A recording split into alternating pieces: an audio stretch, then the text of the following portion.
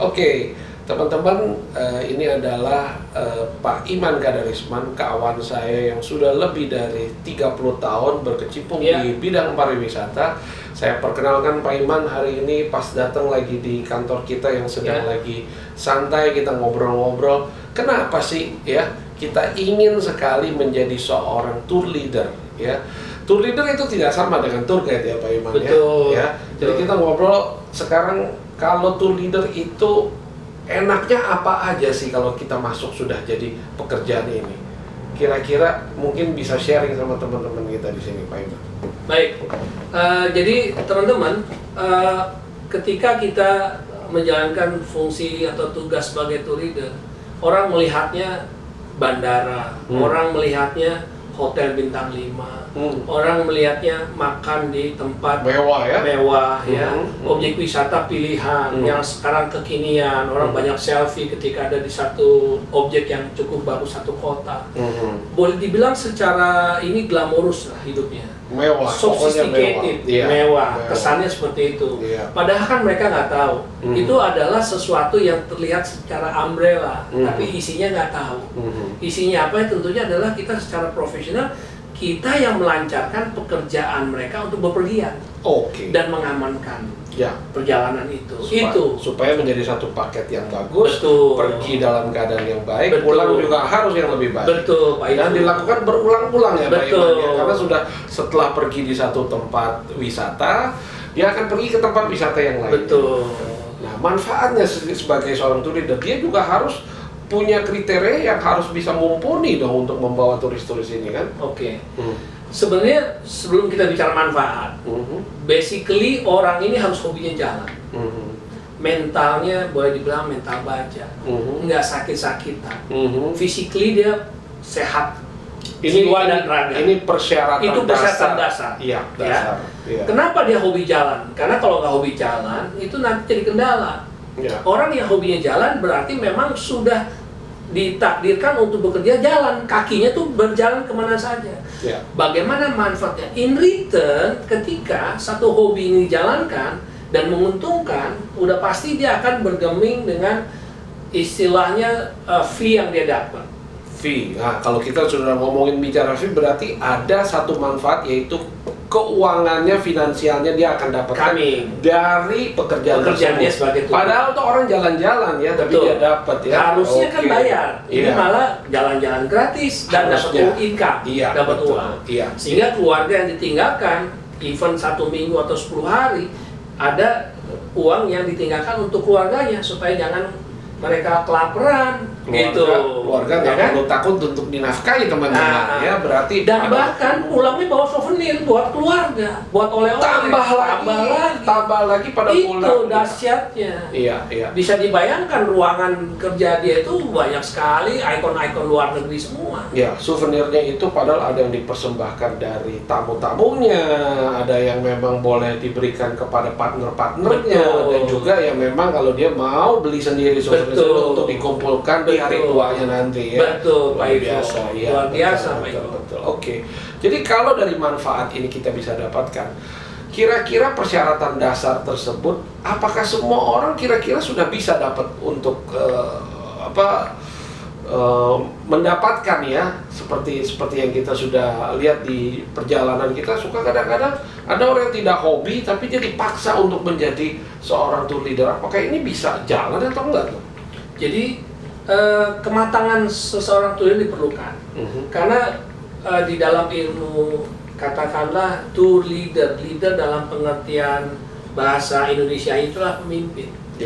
Jadi bisa dibayangkan syarat utamanya adalah dia harus mature.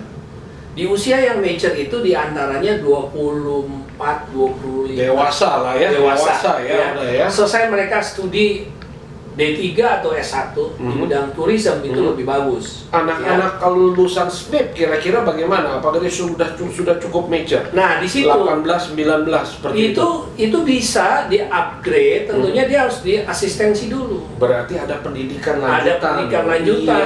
Oke, saya sangat senang sekali itu. Yang muda-muda mereka harus mulai tambah lagi untuk upgrading. Dia punya kemampuan.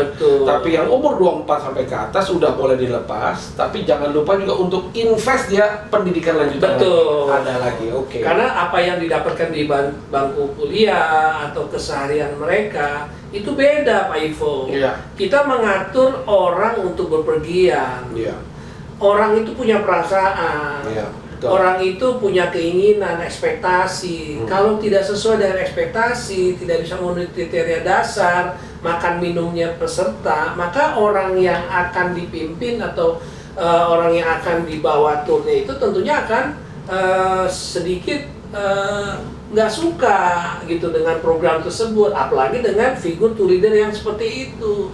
Nah, sehingga bagaimana seorang tour leader dengan pengalaman dia sekolah langsung bekerja, tidak bisa, harus ada penyesuaian lapangan, ikut training dulu, kan begitu. Ini akan masuk mungkin lebih dalam lagi Pak Iman, yaitu dengan nama perilaku tour leader. Betul. Disebutnya ya. Jadi perilaku tour leader ini adalah sebuah gerak-gerik si tour leader itu pada waktu dia mengantisipasi keadaan yang akan bertemu dengan dia, karena macam-macam itu nanti. Betul. Di perjalanan. Betul. Dia harus bisa tahan emosi dan lain-lainnya seperti Iya. itu. Iya. Apalagi godaan tour leader ada lagi itu lagi nanti. Apa ya? Waduh, banyak ya. Melihat wanita cantik lagi, melihat pertunjukan show, melihat yang ganteng-ganteng di depan, ya kan, itu kan gangguan-gangguan yang sifatnya bisa distorsi atau ajakan-ajakan dari tamu. Wah, ini semuanya sifatnya sangat duniawi sekali, teman-teman, kalau saya boleh bilang ya. Iya. Betul ya? Iya. Tapi itu kan manusiawi ya Pak Ivo. Iya. Cuma as a professional tour leader, dia harus betul-betul memegang teguh pakem dari perusahaan yang menugaskan dia. Karena itu ada aturan-aturan perusahaan. Jadi ada aturan-aturan perusahaan yang nggak boleh, do and don'ts. SOP-nya Betul. yang paling penting, iya. Nah, apa yang boleh dan apa tidak boleh dilakukan oleh seorang tour leader. Karena seorang tour leader itu dia flag carrier, pembawa bendera perusahaan. Iya. Jadi company sebagai pembawa bendera perusahaan, tentunya aturan perusahaan masih mengikat dia walaupun dia tidak di office, di lapangan, masih mengikat aturan itu. Ya, dan dia adalah perwakilan dari si office yang mengutus dia berjalan. Betul. Sehingga nama baik perusahaan tertanam dirinya dan ada batasan ruang yang tidak boleh dilanggar oleh seorang tour leader walaupun godaannya begitu sangat besar. Ya. Itu. Oke, nah tampilan berikutnya teman-teman, kita sedang menghadapi COVID-19. Pandemik ini cukup lama akan mengalami distorsi kepada ekonomi kita.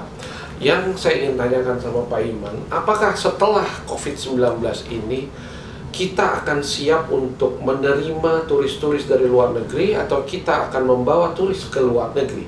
Ada perbedaan, yaitu outbound, yaitu kita membawa turis-turis ini dari Indonesia ke luar negeri. Nah, itu adalah kita panggil dengan nama tour leader. Dan juga ada turis-turis yang dari luar negeri untuk datang ke Indonesia yang kita sebut dengan bisnis inbound. Nah, dua bisnis ini sangat berbeda ya, meskipun satu payungnya sama dalam pariwisata.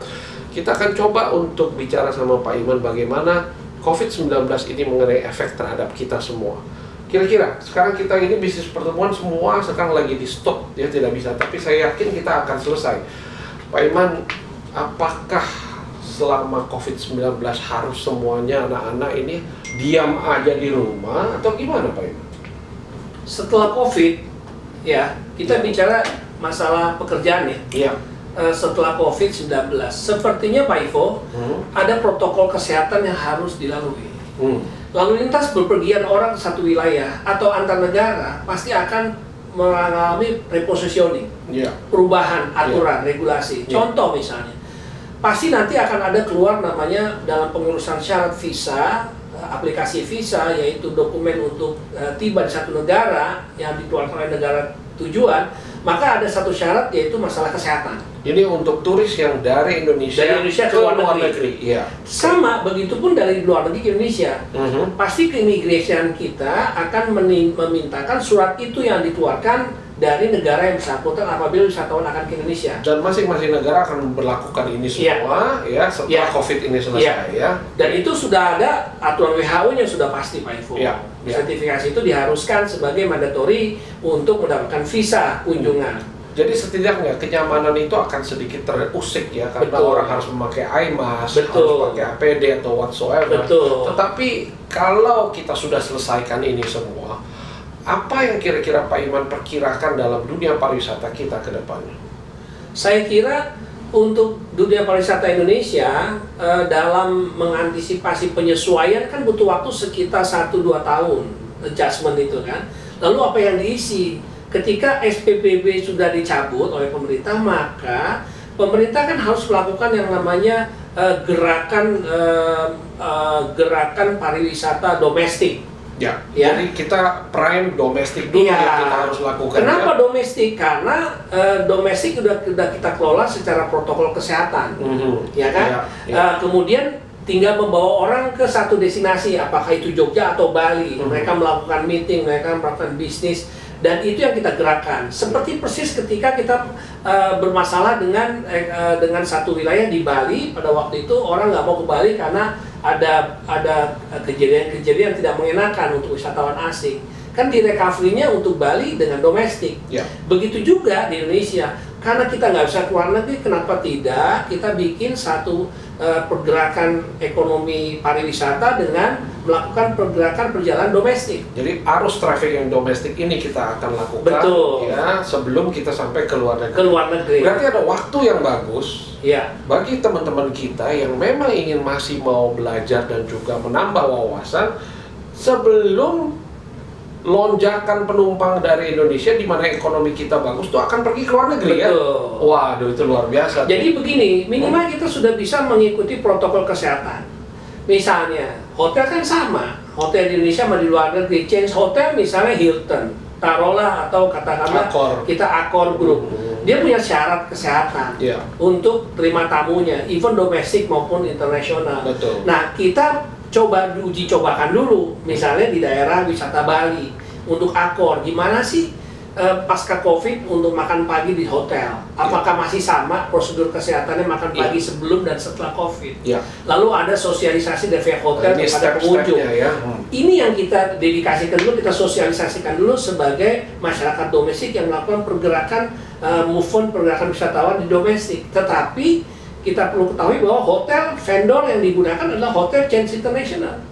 At least apa yang berhasil di Bali, apa yang berhasil di Jogja, apa yang berhasil di Medan, chains hotel akan juga menginformasikan kepada hotel-hotel tersebut di luar negeri. Asal prinsipalnya sudah memberikan ini lampu hijau untuk jalankan bisnis ini sebagai mestinya dan meneruskan lagi apa yang mereka sudah jalankan, berarti bisnis ini akan membludak saya rasa ya, dan akan booming. Kembali lagi Pak Ivo. Karena orang-orang kan mungkin udah lama nggak jalan, ya kan?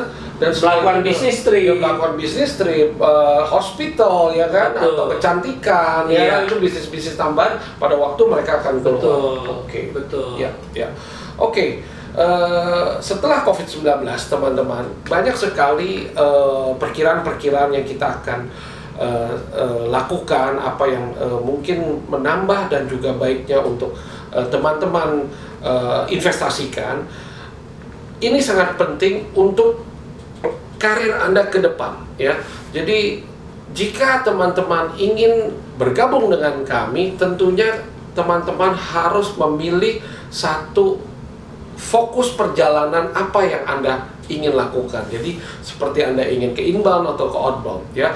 Kami semua bisa melayani hal-hal yang tadi sudah diperkirakan oleh Pak Iman, dan mungkin untuk ke depan jika Anda perlu bantuan untuk konsultasi, kami akan senang untuk membantu teman-teman semua di acara kami.